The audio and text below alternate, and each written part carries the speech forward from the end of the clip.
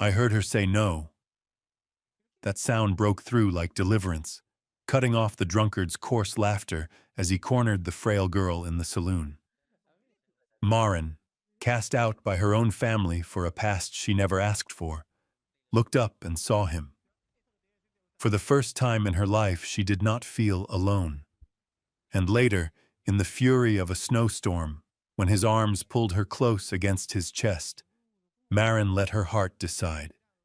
She gave herself to the man who had given her nothing but goodness, though out there in the dark, the one who had wronged her still prowled in search. Winter in Wyoming, 1884, left no room for strays. Snow smothered the main street of Snow Ridge. Marin Holt pulled the thin scarf tighter over her head. Her hands were red, cracked from wind, shaking without pause. She had been turned out of the boarding house that very morning, the landlady flinging her bundle into the street with a mutter about not sheltering women with ruined names. Marin hadn't argued. She had only gathered the ragged sack and stepped into the snowbound street. By late afternoon, as darkness swallowed rooftops, her shoes were soaked, her skirts stiff with ice, and her stomach hollow enough to claw at her chest. The scent of stew drifted from the saloon at the far end of the street, stinging her eyes. She stopped beneath the sagging awning of an abandoned store. The rotten wood offered little shelter, but it was better than standing bare to the wind. Pressing herself to the wall, she breathed out thin wisps of white. Footsteps dragged across the snow behind her. She turned to see a man staggering closer, heavy coat, reeking of whiskey before his words even slurred free. "Well now, what's this?" His grin was crooked. A little bird blown off course. Marin clutched her sack, pressing back against the wall. "I'm only trying to stay out of the wind," she stammered. His smile bent wider, ugly. "I've got fire. I've got a bed. Don't mind sharing, so long as you know how to pay for it." She shook her head, voice rough. "No." The grin vanished. His eyes turned flat, mean. "Don't put on airs. You've no other choice." He caught her wrist, grip heavy as iron. "Let go!" She fought, her cry whipped away by the wind. "You're no better than anyone else," he growled. A second voice cut through, deep and steady, pulling the air taut. I heard her say no. Both turned. Out of the snow came a figure, broad-shouldered, tall, moving with calm weight. A wide-brimmed hat lay dusted with snow, a heavy coat falling from shoulders to knees. A pale scar traced his cheek, yet beneath the brim his eyes burned clear, cold as steel. The drunk squeezed Marin's wrist harder, trying to sound fierce. "Ain't your business." The stranger stepped closer, voice even. "It is now." The wind carried silence through the gap. At last the drunk muttered a curse, dropped Marin's wrist, and staggered off, leaving the stench of liquor behind. Marin leaned into the wall, chest heaving, eyes blurred with tears. The man did not rush nearer. He only asked, quiet, "You hurt?" She shook her head, gaze low. "When did you last eat?" She gave no answer, turning her face aside. He shrugged off his heavy coat and draped it across her shoulders. Warmth clung to the wool, carrying leather, pine, and the faint musk of a man who worked the land. Her eyes blurred again. I don't need," she whispered. "No one ought to freeze out here," he said, voice firm, not raised. He held out a gloved hand. "Gideon Hale. I keep a ranch 10 miles from town. If you're willing to work, cook, sweep, you'll have meals, a bed, and pay. Fair and square." Marin stared at that hand. Offers in her life had always carried hidden hooks. Yet in his eyes she saw no hunger, no scorn, only a steadiness, like rock standing in storm. Marin Holt, she murmured, trembling but clear. He gave a short nod. Then let's go. From his pocket, he pulled a pair of thick wool gloves and pressed them into her cracked hands. Their fingers brushed, only a heartbeat, but it sent hers pounding wild. Without another word, he turned toward the wagon waiting at the street's end. Its wheels sank deep in snow, lantern glow throwing faint light across his broad shoulders. Marin looked down at the gloves in her hands. Too warm, too kind to be mere chance. She clutched them tight, then stepped after him, her small prints trailing behind, swallowed quickly by the storm. The blizzard still roared outside, wind slipping through the cracks like the howl of a beast. Marin followed Gideon, her steps uncertain across the solid wooden floor. His ranch was not large, only a two-room cabin, a horse shed out back, and a hayloft stacked nearly to the rafters. Yet against the vast white beyond, it felt like a small fortress. She pulled Gideon's coat tighter. The wool was rough, smelling of leather and wood smoke, but it held such warmth that tears broke loose before she could stop them. She wiped quickly, afraid he might see.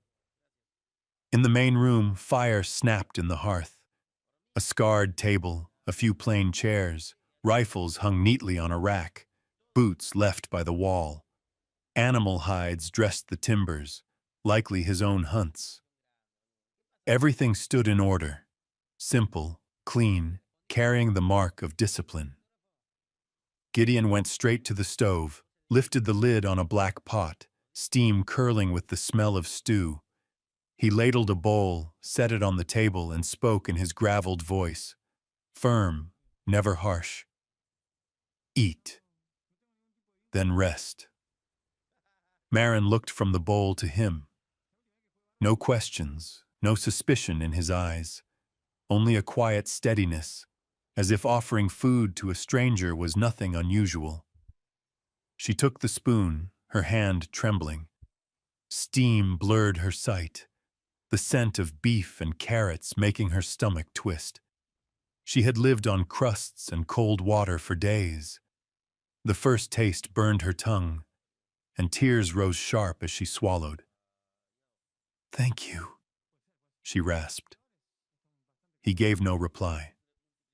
Only sat across from her, pulling off his wool gloves. Then, without warning, he pushed them across the table toward her. "Wear them. Out there, cold takes fingers quicker than hunger takes a belly." She lifted her gaze. His hand brushed hers as he set the gloves down. Barely a touch, yet it startled her as if burned. Heat rushed her face, though he only rose, calm as before, as though nothing had passed. The room he gave her lay at the end of the hall, no more than half the size of the main space. A wooden bed, straw mattress covered with a clean sheet, a small table with a lamp, a few worn Bibles, a folded wool blanket. Marin stood at the doorway, her chest tight. "Here," Gideon said, holding the lamp, the light edging the rough lines of his face. "I'll ride to town in the morning. If you want to go, I'll take you. If not, you can stay." He set the lamp on the table, gave a short nod, and stepped away.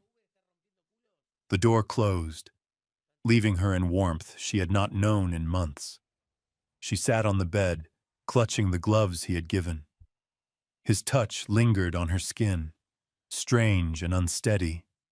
Safe yet dangerous. She did not know who this cowboy truly was, what secrets he carried, or why he would reach out to a woman with a stained past. All she knew was this: it had been too long since anyone offered her a roof for the night, without demanding a price. Outside, the storm still screamed. Inside the unfamiliar room, Marin pulled the blanket close, closed her eyes, and let her tears fall in silence. The first days at Gideon's ranch felt like a song out of tune to Marin. She had never known farm life. The crow of roosters woke her when the sky was still painted pale violet, and work seemed to roll on without end. Gideon never pressed her. He simply worked in silence, steady, while she tried to copy his rhythm. But the harder she tried, the clumsier she seemed to become. One morning he handed her a wicker basket and nodded toward the chicken coop. "Try it," he said. No force in his tone, no heavy expectation. Marin stepped inside, clutching the basket. The hens squawked so loudly she flinched. Her hand shook as she reached for an egg, and in her fumbling she dropped it. The shell shattered, yolk spreading bright across the dirt. Her face burned as she stammered an apology. Gideon only nodded, bent to clear the mess, and said quietly, "First time's always like that. Try again." Then he left her there, awkward, but strangely relieved that he hadn't scolded. That afternoon, she wanted to cook something in return. She gathered flour, eggs, and tried to make the simplest cake she remembered. But the coal stove was nothing like the neat city ovens she once knew. Heat came uneven, the door clanged each time she checked, and by the end, the crust had burned black while the center was still raw. She looked at the ruin on the tray, heart sinking. She nearly threw it out when Gideon walked by, paused, and said, "Smells good," before pulling out a chair. Marin set the cake before him, ashamed. He cut a piece, chewed slowly. No grimace, no complaint, just calm eating, as if it were ordinary. "Maybe a bit scorched," she whispered. "Still food," he replied, taking another bite. That simple patience brought a sting to her eyes. She could not remember the last time someone endured her mistakes without irritation. Failures piled up. Rice boiled too soft, stew salted too strong. One day she forgot to latch the chicken pen, and the flock scattered across the yard. She nearly wept chasing them while Gideon circled from a distance, herding them back without a single rebuke. Slowly, his steady patience became a rope holding her together. Each time she thought she might collapse under her own ineptitude, she caught his quiet gaze and knew she hadn't been cast aside. One cool evening, Marin tried to set the table properly. She polished a few porcelain plates from the cupboard, arranging them with care. But as she carried the last one, it slipped. The crash rang through the kitchen, sharp as a gunshot. She froze, then dropped to her knees, gathering shards with shaking hands. A jagged piece sliced her finger, blood rising bright. "Don't touch it." Gideon's voice cut firm through the moment. He was already beside her, kneeling. He brushed the shards aside, then lifted her hand. His calloused fingers against her thin skin felt impossibly gentle. From his pocket he drew a clean kerchief, winding it around the cut. "Plates can be replaced," he said, his eyes steady on hers. "People can't." The words stilled her. Her heart pounded. Tears blurred her sight. No one had spoken to her like that before. In the soft lamp glow, his features held nothing but plain certainty, as if he had stated the most obvious truth in the world. Silence lingered, warm and undeniable. She only nodded. When he finished binding the cut, he released her hand and quietly swept up the rest of the shards. He moved without irritation, as though it were routine. Marin sat watching, conflicted. She wasn't sure what she had brought into his life except trouble. Yet still, he treated her with patience, with a kindness so rare it unsettled her. That night, lying awake on her narrow bed, she turned over the image of his hand closing gently around hers, the sound of his voice steady in her chest. For the first time since her long, dark wandering began, she thought perhaps this place, this strange house on the wide plain, might be a place where she could learn to stand again. Maren could not say exactly when it began, but one morning she woke to find a folded coat laid neatly at the edge of her bed. The fabric was coarse and thick, the color of earth, plain yet sturdy. In these mountains, winter came fast and merciless. She had brought little with her, clothes too thin for storms, too frail for long nights. She lifted the coat to her cheek. The cloth still held the faint warmth of the stove. There was no note, no explanation. But she knew it could only have been Gideon. The next day, a new pair of wool socks appeared beside her shoes. Loose threads dangled at the toes, as though they had been finished in haste. Maren's lips curved into a smile she did not speak aloud. No words were needed. Each gift was his way of guarding her quietly, piece by piece in silence. She never mentioned them. She simply wore the coat, pulled the socks onto her feet, and stepped into the yard as usual. Yet from the corner of her eye she caught him glance her way, swift as wind, gone as soon as it came, before bending back to the hens as though nothing had happened. One night, a storm broke loose. Wind howled, rain lashed the wooden walls, thunder split the sky. Inside her small room, Maren sat curled by the window. Beyond the glass, the forest disappeared into darkness. The roof groaned with each gust. Loneliness swept over her, sharp as the cold that slipped through her sleeves. Her hand pressed against the fogged pane. Without meaning to, tears slid down her cheeks. She had believed herself strong enough when she arrived, able to stand alone in this wild country. But in the storm's grip, her bravery dissolved. She longed for a voice near her, for warmth, for proof she was not alone. The door creaked. Gideon stood there, a clay mug in his hand, steam curling upward. The sweet scent of warm milk drifted into the room. He said nothing, only crossed the floor and set it into her palms as if it were the simplest thing in the world. Maren wrapped both hands around the cup. Heat spread into her frozen fingers, the smell rising gentle to her nose. Her throat closed. Sobs tore loose.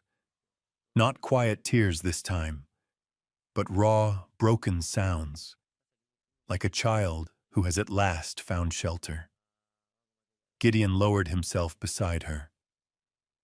No questions, no prodding. Only his arm, strong and steady, slipping around her shoulders, guiding her against his chest. His hand stroked her hair in slow, patient passes. In that embrace, the storm receded. His heartbeat thudded steady against her ear, a rhythm older than words. She wept until her body emptied of sound, until his shirt grew damp beneath her cheek. Still, he held her. No reproach, no empty consolations, only warmth, silence, and presence. From that night, something between them shifted. They did not name it. They did not need to. Every glance held longer than before. Every quiet act carried weight. A thread had been drawn between two lives, tightening with each day. Maren came to understand. Some gifts need no words.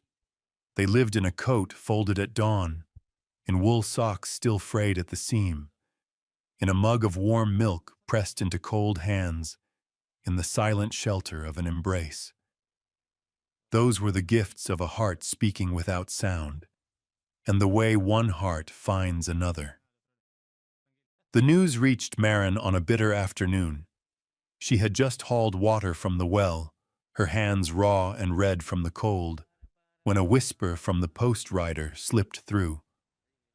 Silas Duvall, his name thought buried deep, rose again, heavy and cruel like an old wound split open. Folks said he was asking around, looking for someone. Marin needed no confirmation. She knew the one he hunted was her. That night, under the flicker of a kerosene lamp, she sat at the kitchen table, her chest weighted down. The crackle of pine in the stove did nothing to ease the tremor that ran from bone to marrow. Ever since coming west, she had lived cautious, like a wounded creature hiding its trail of blood from circling vultures. Yet one name alone had shaken the walls she built. Gideon watched her in silence. The rough-hewn man had never been one for words, but his eyes, steady, deep as still water, pulled the truth from her. Drawing breath, Marin spoke what she had never spoken to another soul in this land. Back in Kansas, Silas Duvall had pursued her with a brazen hunger. He was wealthy, powerful, certain no poor girl could refuse his hand. Marin had refused, more than once, and from there her life veered off its course. Silas would not be denied. He spread word that she was greedy, unclean.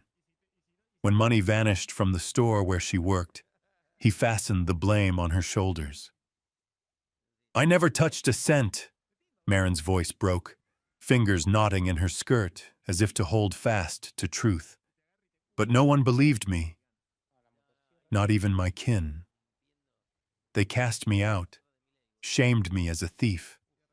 To this day, they still believe it. Tears fell then. She had trained herself for years to be silent, to endure the stares and whispers. But in Gideon's presence, silence shattered. The room held still, only the wind clawing at the shutters, as though the past itself howled to drown her. Marin bowed her head, bracing for doubt, for judgment, or the heavy quiet of suspicion. Instead, Gideon's voice came, low and steady, each word firm as oak. "I know who you are. You're the one still standing in this cold." Her head snapped up, eyes wide through the blur of tears. No question lingered in his gaze, no shadow of mistrust, only a clear, unshaken seeing. Marin broke into sobs, not of shame this time, but of release. For the first time in years, she was believed. The shell of exile and suspicion that had bound her so long melted beneath those plain words. Gideon promised nothing grand. He did not swear to shield her from every harm. He only sat, steady as a mountain, his hand warm on her shoulder. His presence alone told her that when the ghosts of her past came knocking, she would not face them alone. That night, as the storm raged outside, the small room filled with broken sighs and a silence that soothed. Marin understood then. Some wounds are not mended by arguments, but by trust. And for the first time since Kansas, she let herself believe the past no longer held her captive. The blizzard howled outside, wind tearing through every crack as if it meant to rip the night apart. In the cabin, Marin jolted awake from a nightmare. Her breath came fast, her hands cold as ice. She could not stay in bed another moment. With trembling legs, she slipped from her room. Dim shadows flickered, the firelight casting its restless glow. Gideon sat there by the hearth, silent, his gaze fixed on the flames as though lost in some far-off thought. Marin stood still for a breath, her heart tight within her chest, then stepped forward. Her voice broke in a whisper. "Please, hold me."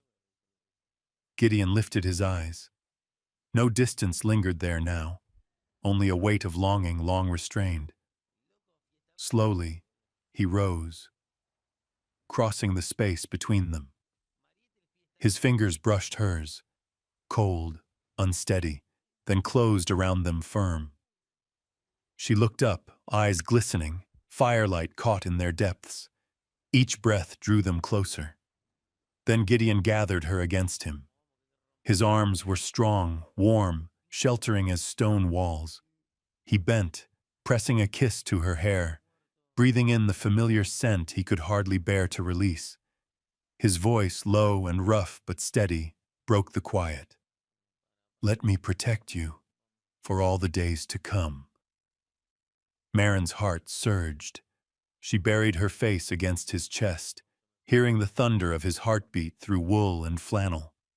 Firelight washed across them both, framing a moment fragile yet unending. The silence gave way to ragged breaths.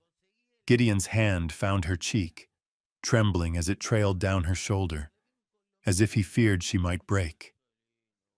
Marin answered by lifting her face, erasing the last space between them. Their first kiss was tender, then deepened, fierce as the storm outside. Their breath mingled, shivering yet urgent. Marin felt the heat of his hand against her back, pulling her close until no distance remained. They sank to the rug before the fire, warmth rising from flame and flesh alike. The glow played over flushed skin, over every hesitant, reverent touch. Gideon's lips traced her neck, her bare shoulder revealed as fabric slipped away, each kiss a vow unspoken. That night they gave themselves to one another, not only in body but in every wound, every yearning, every love held back too long. Each touch, each breath carried a promise. Never again would they face the dark alone. Beyond the walls, the storm raged on, but within the small cabin there was only the glow of the fire, and a love newly kindled, burning bright, unyielding. The dirt road leading into town was veiled in a thin layer of dust beneath the wagon wheels. Marin sat beside Gideon, her fingers absently worrying the edge of the old wool coat he had lent her. Since leaving the ranch, her heart had been racing, as though a taut string inside her chest might snap at the thought of everyone in town seeing her at his side. Silence stretched between them, broken only by the steady rhythm of hooves, until the storefronts and wooden awnings of town slowly came into view. From a distance, Marin could already see the silhouettes of townsfolk moving about, hear the hum of voices drifting on the air. Instinctively, she tugged her hood lower, hoping to hide her unfamiliar face. When the wagon stopped in front of the general store, Gideon extended his hand, waiting for hers. That small gesture made her hesitate. His hand was large, calloused from ranch work, yet when it closed gently around hers, the steadiness of his grip overwhelmed her. Warmth spread up her arm, seeping deep into her chest, and her breath faltered. At once she felt the weight of eyes upon them. The shopkeeper paused mid-motion, the cafe owner leaned out of her doorway, and a few men lounging on the porch with their cigarettes turned to stare, smirking as though they had been given a show. "Who's that?" A woman's voice carried, soft but sharp enough for Marin to catch. "Never seen her before, and with Gideon no less. Good Lord, he's brought a woman back." The whispers rolled out like fire spreading through dry grass. Marin froze, clutching the hem of her coat. She longed to shrink away, to vanish into some dark corner where no one could look at her. But just as she faltered, Gideon turned his head. His gray-blue eyes met hers without a trace of doubt or hesitation. It was a calm, steady gaze, as if he had anticipated every stare and chose not to care. He tightened his hold on her hand. The grip was firm, deliberate, keeping her from pulling away.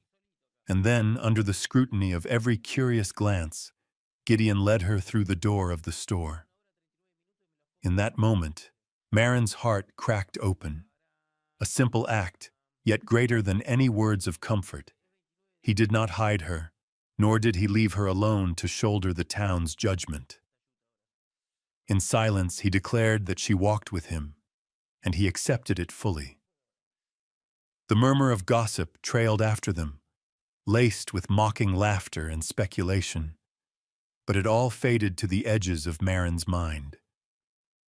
What she felt most was the strength in his grip, and the quiet shelter his presence wrapped around her. Inside, she kept close yet careful, unwilling to cling. Still, whenever his broad shoulder brushed her thin sleeve, a shiver of awareness rippled through her. His scent, pine wood, leather, and a trace of wood smoke, clung to her senses, weaving itself into memory. Mr. Harris, the shopkeeper, squinted, then offered a forced smile. "Gideon, you've brought a new friend?" Gideon gave no explanation. His reply was steady, unadorned. Marin. Just her name. But spoken in that low, gravelly voice, it rang solid and certain. Under the weight of the town's whispers, he named her without hesitation. It cut clean through the invisible wall she had built around herself. Her throat ached with sudden emotion. She wanted to cry, both from gratitude and from the smallness she felt beneath their stares. But Gideon's hand never left hers. His thumb brushed lightly across her knuckles. Whether intentional or not, she couldn't say. But the subtle touch sent a shiver through her whole body. When they stepped back onto the street, the gossip surged louder. Laughter tinkled from a group of women. A whistle pierced the air from one of the men. Marin longed to turn away, to run from their eyes. But Gideon stopped right there in the middle of the street and tightened his grip once more. He said nothing. He didn't need to. Holding her hand openly for all to see was its own declaration. It stood like a shield against their mockery, and like a flame burning in her chest. Her pulse hammered. Her breath caught. In the pale gold sunlight, his angular face seemed sharper, prouder, and her heart clenched painfully at the sight. For the first time in years, she knew what it felt like to stand beside someone unashamed. Back on the wagon, she stayed silent, her hand still in his until the horses pulled forward. She dared not look at him, her eyes fixed on the shifting light along the dusty road. Yet inside her, something had begun to swell and break. That day, she realized, he had not merely taken her into town. He had drawn her out of the fragile shell she had been hiding behind, with nothing more than a rough, steady hand. And though the town might never stop whispering, she would always remember the strength of that grip. The moment Gideon told the world, without a word, that she was no longer alone. The sound of hooves echoed along the dirt road leading to the ranch. That noon, sunlight poured across the wooden fences, glinting off the dust kicked up by the black stallion. From a distance, Gideon caught sight of a tall, lean figure, wide-brimmed hat pulled low across his face.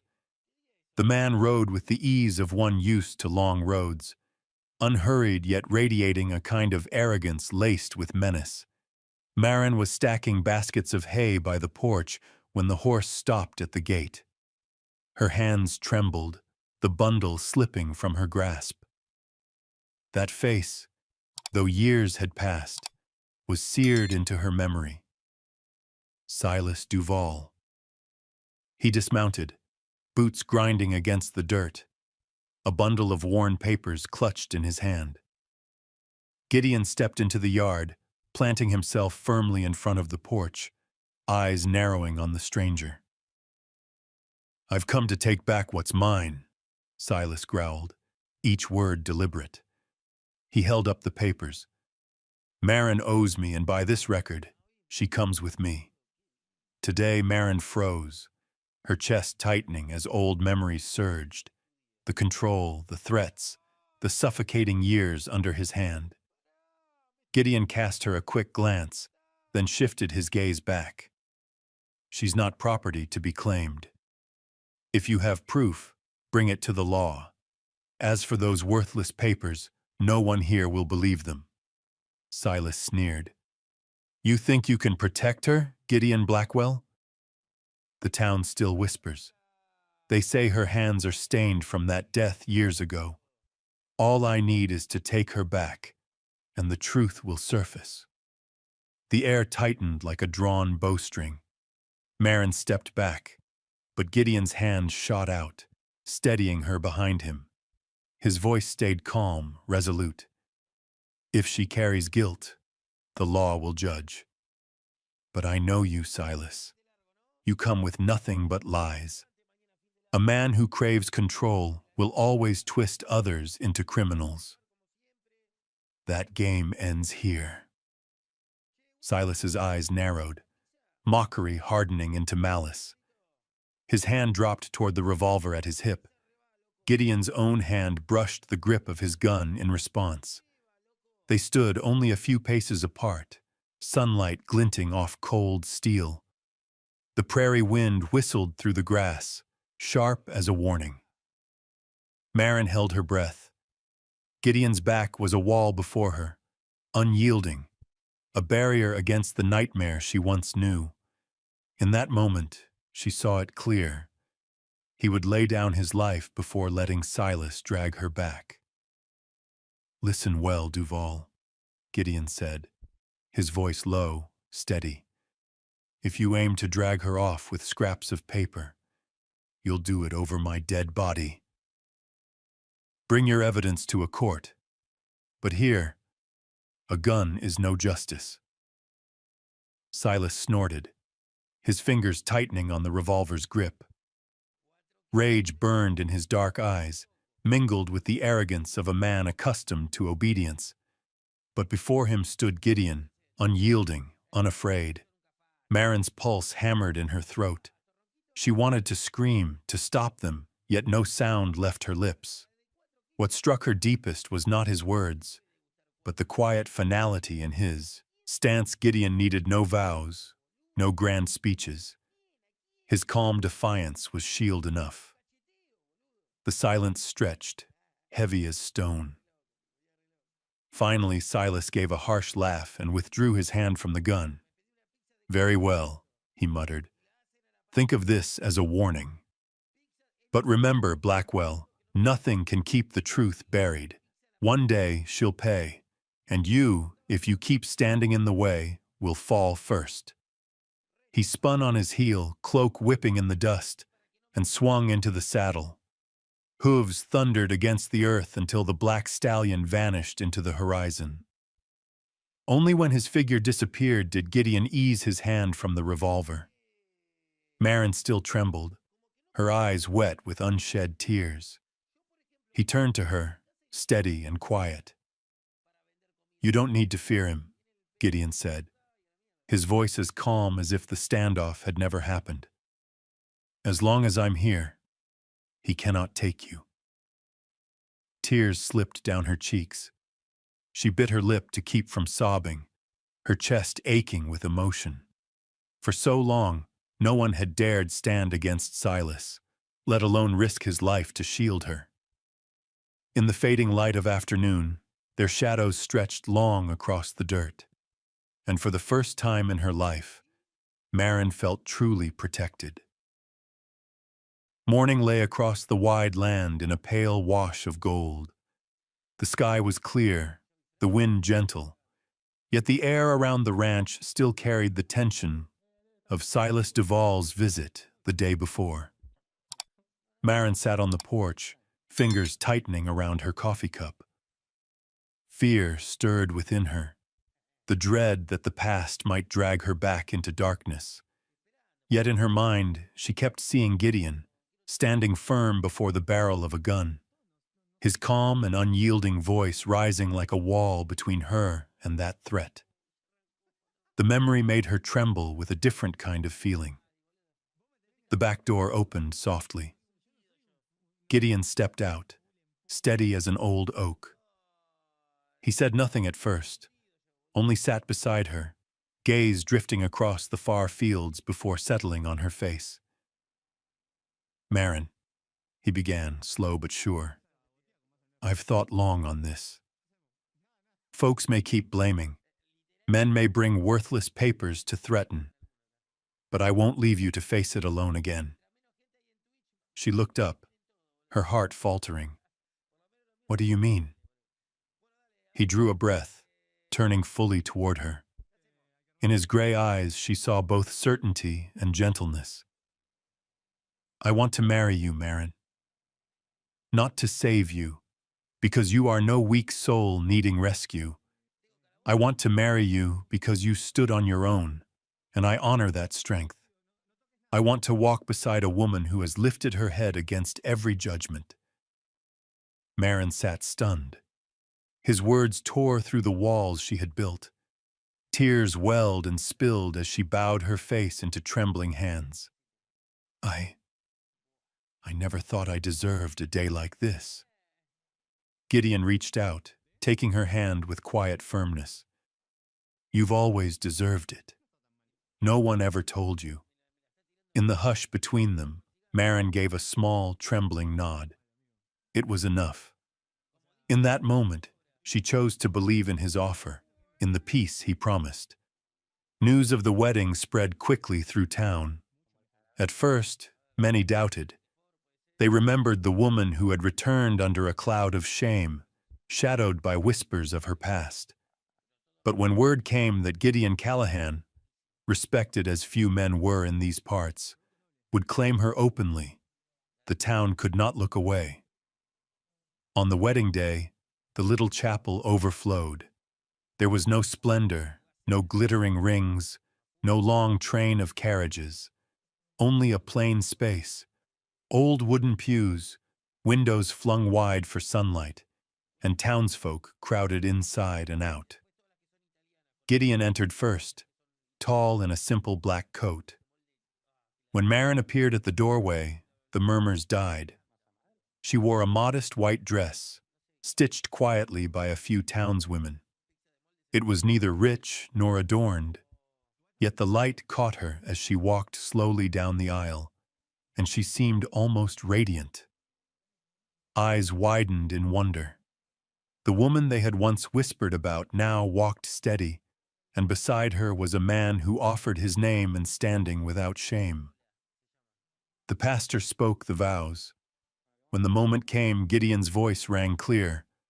"I, Gideon Callahan, take Marin as my wife, not to protect a name, but to walk beside a soul that has weathered every storm. I vow she will never stand alone again." Marin's lips trembled. "I, Marin, take Gideon as my husband, for he saw me when I could not even see myself. I vow not to flee, not to hide, but to trust in his strength." Their hands clasped, and the chapel bells rang. The small space swelled with emotion. Some of the elders wiped their eyes. Children ran and shouted with joy. It was a turning of judgment, not by speeches or arguments, but by one man's clear choice. By standing with her, Gideon forced the community to see Marin anew. Afterward, as they stepped outside, the townsfolk gathered in the yard. Gideon bowed his head in greeting, then gently took his bride's hand. For Marin, the shame and whispers of years seemed to lift, swept away by one public act. An older woman approached, resting a hand on her shoulder. "Welcome home, child," she said with a smile. The simple words struck deeper than any paper of pardon. They were proof that she had been accepted. That afternoon, the Callahan Ranch filled with voices. No hard drink, no grand feast, only handshakes, warm wishes, and laughter.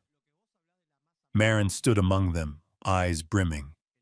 Gideon came behind her, wrapping his arms around her, whispering, "I told you, this is not rescue. This is us walking together." Marin leaned her head to his chest, a smile breaking through her tears. In that embrace, she knew her life had entered a new chapter, one of recognition, love, and trust.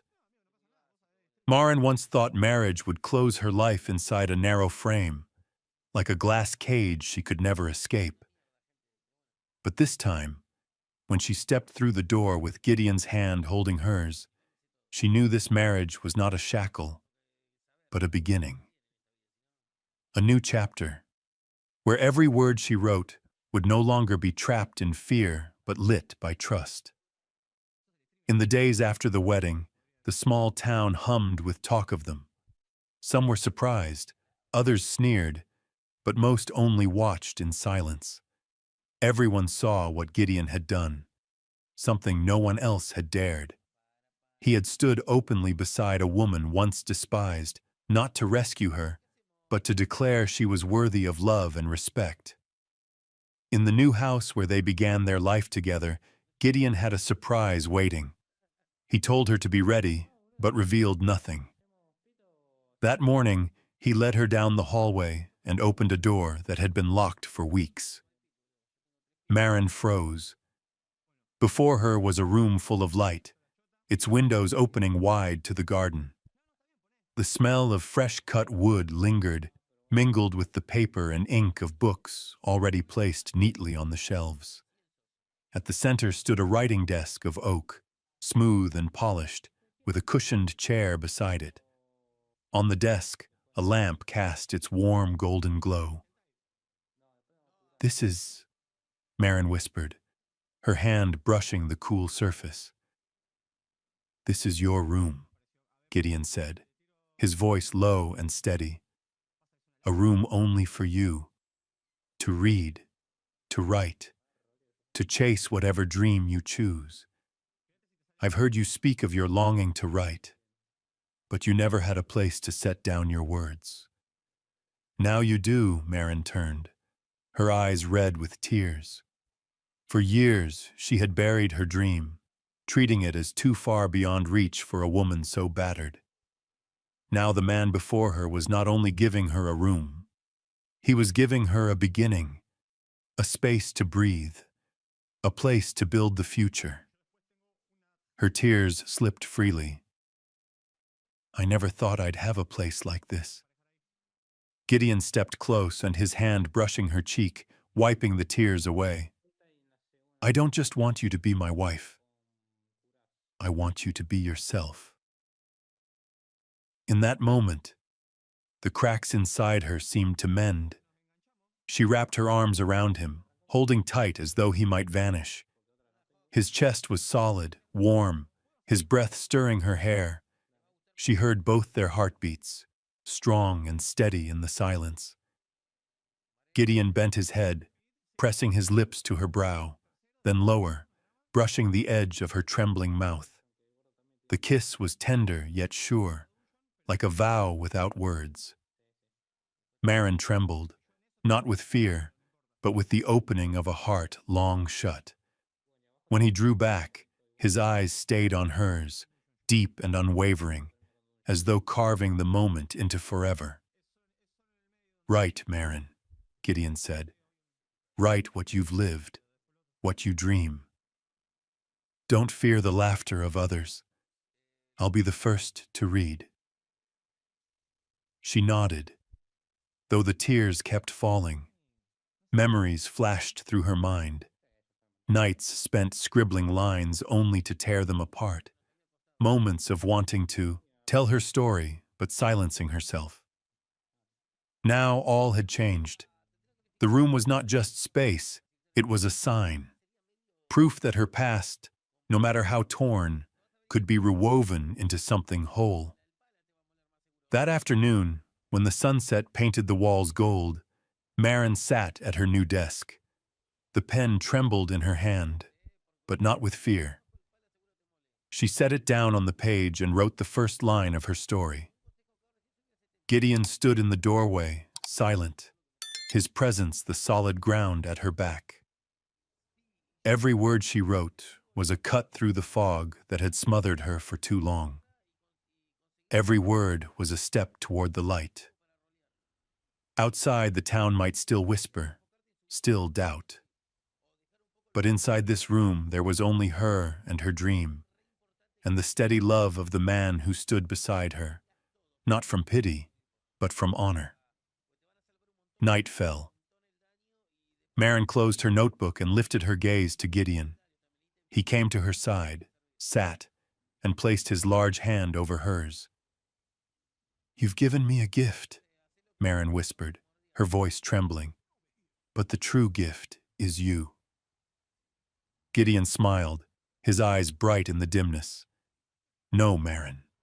The true gift is you, the woman who dared to rise, to trust again."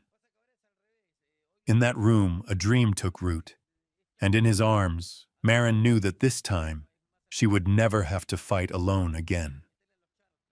The news arrived on an autumn morning, when the wind swept down from the distant hills, carrying with it the chill and the scent of fallen leaves. Maren was seated in the reading room Gideon had built for her, holding a brand new journal. She had intended to write a few lines about the calm days after their wedding, when a knock came at the door. Gideon stepped in, his face solemn yet strangely relieved. He set the local newspaper on the table and pointed to the bold headline across the front page. "Silas Hargrove arrested for financial fraud and bribery." Maren blinked, letting the words slowly sink in. How long had it been since she had last heard his name? And now, it appeared like a final toll of a bell, closing the past once and for all. Gideon sat beside her, his voice steady and low. "It's official. The evidence has been mounting for years, and at last it was enough to drag him into the light." Maren exhaled, a long breath that seemed to lift the weight pressed against her chest for so many years. She did not feel joy nor triumph, only a deep and quiet sense of release. In her memories, Silas had always been a looming shadow, casting over her life with false accusations and whispered condemnations. He had sown shame and loneliness into her days, turning the town against her. Yet sitting here now, in her own room, with Gideon beside her, she realized something vital. She no longer needed to witness his fall to feel vindicated. Justice, in the end, had found its way. But more importantly, she had risen long before, when she dared to believe that her worth was never bound to another man's lies. Maren shook her head softly, whispering almost to herself, "I thought I'd feel vindicated, but all I feel is free." Gideon placed a hand on her shoulder, giving it a gentle squeeze. "That is the greatest victory. You don't need revenge. You only need to live, to be trusted, and to be loved." Tears welled in Maren's eyes. She smiled faintly, setting her pen to the blank page. Her hand trembled, but the words came steady and true. "Today, I know the past is closed. Not because the one who hurt me has been punished, but because I no longer let him define me. Justice is not only a verdict against the guilty, it is the rebirth of trust within one's own heart." Outside, the church bells rang. Once their sound had been a torment whenever the town whispered about her. Today they rang like a quiet triumph, simple and warm. Maren closed her journal and turned toward Gideon. In his eyes she no longer saw pity, but pride and unwavering belief. That was the justice she had longed for all along. to be trusted. As the news of Silas spread, the town's tone began to shift. Those who once doubted, who once turned their backs, now offered slight nods when they passed her on the street. No one spoke apologies, but their eyes had changed. They knew she had walked through the storm and remained standing, head held high. One afternoon, as Marin passed the bakery where whispers had once stung her ears, the shopkeeper smiled and handed her a small loaf. "For you." "Congratulations," Marin accepted it with a nod of thanks. Inside, she carried no bitterness. Time had taught her that forgiveness was not about excusing wrongs. It was about refusing to let the wounds imprison her any longer. That night, as the autumn wind brushed against the windows, Marin sat beside Gideon and whispered, "I think what I truly wanted was never to see Silas punished. What I wanted was a life no longer dictated by him." Gideon smiled and wrapped her hand in his. "And you have that now, Marin." Their small room filled with quiet. On the table, her journal lay open, the candlelight flickering across fresh words. Beyond the window, the darkness no longer frightened her. Justice had returned, not only to society, but to the soul of a woman once buried beneath shame. Marin closed her eyes, letting peace spread through her. In her dreams that night, she no longer heard mocking laughter, nor saw Silas's shadow. Instead, she walked a new road, hand in hand with the man who had chosen to stand beside her, not to rescue her, but to journey with her. Justice, she realized, did not always come with sword and judgment. Sometimes it arrived quietly, like an autumn wind carrying away dead leaves, returning the sky to its clear blue for those who had the courage to wait and to live true. Across the wide prairie, the wind carried the dry scent of grass and the resin of distant pines. Winter had passed, though its traces lingered in the cracked earth and the slow melting mounds of snow beneath the sun. In that hush, a small wooden house stood, its roof made of rough-hewn planks, its windows trimmed with simple carvings. Out front hung a black-painted board, so new it caught the light and gleamed. Marin's school. She had never dared to believe this day would come. From the night she fled through snow and shadows, from the whispers and the suspicious glances, she now stood in this room before 15 children from nearby ranches. Faces bronzed by the sun, eyes clear and eager, hands still dusted with earth. They sat upright on wooden benches, waiting. Marin held a piece of chalk, her hand trembling. But then her eyes found him at the back of the room, Gideon, sitting quiet against the wall. He said nothing, only gave a small smile. That smile steadied her heart, and the chalk no longer shook. "Let us begin." Her voice rang, gentle but firm. The first letters marked the board, white strokes mingling with the wind's whistle outside. The children repeated after her, their thin voices full of hunger for learning. Some pressed close together, bending over scraps of paper to copy the shapes. Marin moved among them, correcting, repeating with patience. In their shining eyes, she saw herself. The same hunger to break free of darkness, the same yearning to know, to believe, to be free.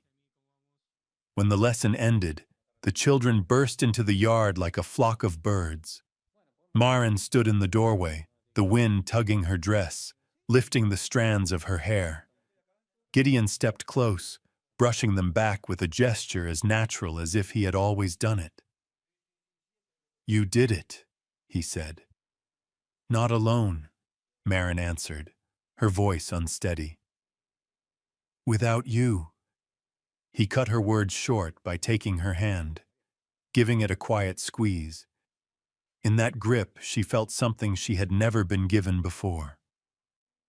Not possession, but presence, a promise unspoken. In the days that followed, the little school became a gathering place on the prairie. Parents sent their children with bread or dried grain in thanks. A few clumsy ranch hands even brought lumber, helping Gideon build more benches. Marin grew into the rhythm. At dawn, she lit the lamp and prepared lessons. By afternoon, she sang folk verses with her pupils, voices spilling across the prairie and mingling with the wind. She no longer feared the gaze of others, for the only gaze that mattered sat just behind her, Gideon, silent and steady. At night, when quiet settled, Marin wrote in her journal. Sometimes Gideon would step in, his hands still dusted with sawdust, resting them gently on her shoulder. Sometimes he would simply sit beside her, his warmth seeping through cloth. Few words passed between them. They had weathered too much to not know that silence can be the deepest understanding. One summer evening, Marin paused her writing at the sound of laughter outside. Looking through the window, she saw the children chasing each other near the fence, while Gideon sat on the steps, strumming a wooden guitar. The notes rose slow and plain, threading with the wind. The sight blurred her eyes. Her thoughts drifted back to that storm night, when she collapsed at his ranch gate, her chest hammering with fear. She had thought survival was worth any price, even her body. But time had shown her otherwise. In that place she had not only survived, she had begun again. That night Marin opened her journal to its final page. Her pen hovered long before writing slowly. The day I stepped through his ranch gate in the snowstorm, I thought I traded my body to survive. But in truth, I found a home, and a man who trusted me enough to build a room for the future. She closed the book. Outside, the prairie winds still blew, but within her, the storms had quieted. Some stories end not with thunderous drums, but with peace that lingers in the listener's chest. So it was with Marin's. From a woman who thought her life was nothing but fear and shadow, she had found a new path, where trust bloomed, where children's voices rang, where a quiet man waited at the back of the room just to smile at her. At any age we long for a home, a place where we are free to live true. Marin needed no revenge to feel she had won. She needed only freedom, trust, and a man patient enough to wait while she stepped out of old wounds. And perhaps that is what all of us who have known storms understand. Happiness can be as simple as a place to return to and someone to believe in. If you have ever weathered storms of your own, you know that not every victory is won over another soul. To master your fear, to walk beyond bitter memories, to open your heart to peace, that is the truest victory. Marin did this, and because of it, the children of the prairie had a school, a teacher, a light for their childhood. When I read the words Marin left behind, I felt they were written for us all. The day I stepped through his ranch gate in the snowstorm, I thought I traded my body to survive. But in truth, I found a home, and a man who trusted me enough to build a room for the future. It is a beautiful ending, but more than that, it is a beginning. Friends, after hearing this story, I want to ask, in your own life, have you ever come upon a turn you thought was the end, only to find it opened to a new way forward? Do you believe that at any age, one can still discover a room for the future, whether through love, through faith, or simply through peace within the soul? If today's story touched you, I invite you to share your thoughts or memories in the comments. I would be honored to read them, for every true story holds weight no less than any novel. And if you wish to journey on with me, please press like, subscribe, and ring the bell.